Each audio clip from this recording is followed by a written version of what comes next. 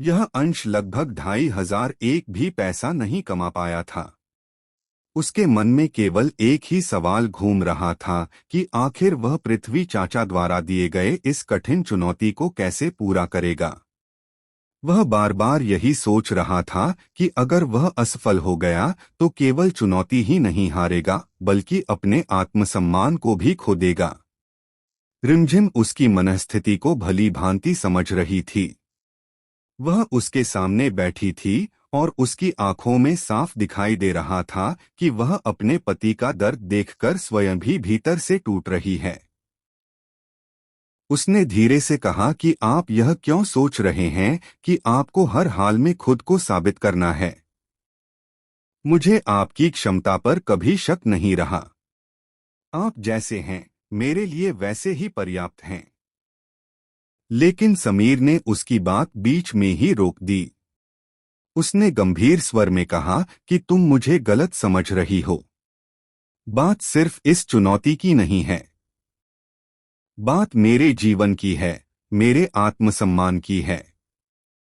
अब मैं यह चुनौती किसी और के लिए नहीं बल्कि अपने लिए जीतना चाहता हूं। मैं दुनिया को नहीं, खुद को साबित करना चाहता हूं।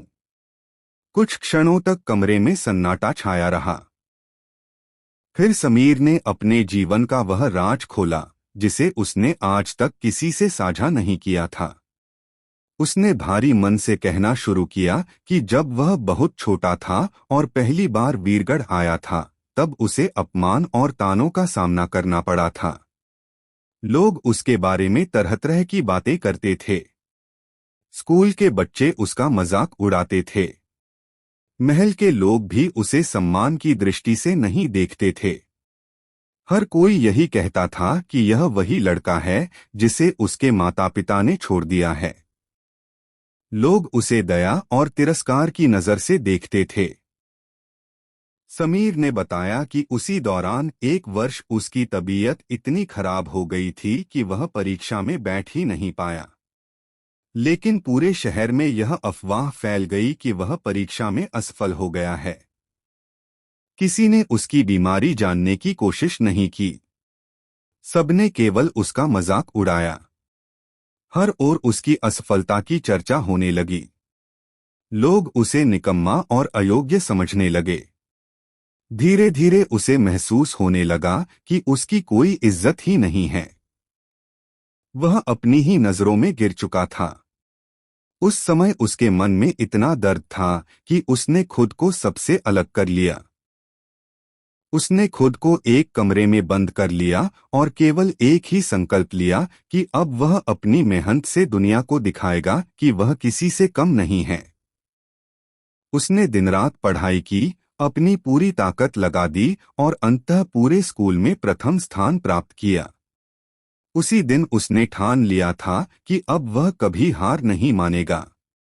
उसने रिमझिम की ओर देखते हुए कहा कि शायद यही कारण है कि आज भी मुझे हार से बहुत डर लगता है। मुझे उस बचपन की बेइज्जती याद आ जाती है। मैं फिर कभी लोगों के सामने असफल नहीं दिखना चाहता। मुझे डर है कि कहीं लोग मुझे फिर से असफल और निकम्मा न कहने लगें। मैंने आज तक किसी को यह बात नहीं बताई, लेकिन आज तुम्हें सब बता रहा हूं क्योंकि तुम मेरी सबसे बड़ी ताकत हो। समीर की बातें सुनते सुनते रिमझिम की आंखें नम हो गईं। उसने समीर का हाथ अपने हाथों में लिया और बहुत प्यार से कहा कि मैं जानती हूं कि आपने अपने जीवन में बहुत दर्द सहा है। मैं समझ सकती हूं कि आपके मन में यह डर क्यों बैठ गया है। लेकिन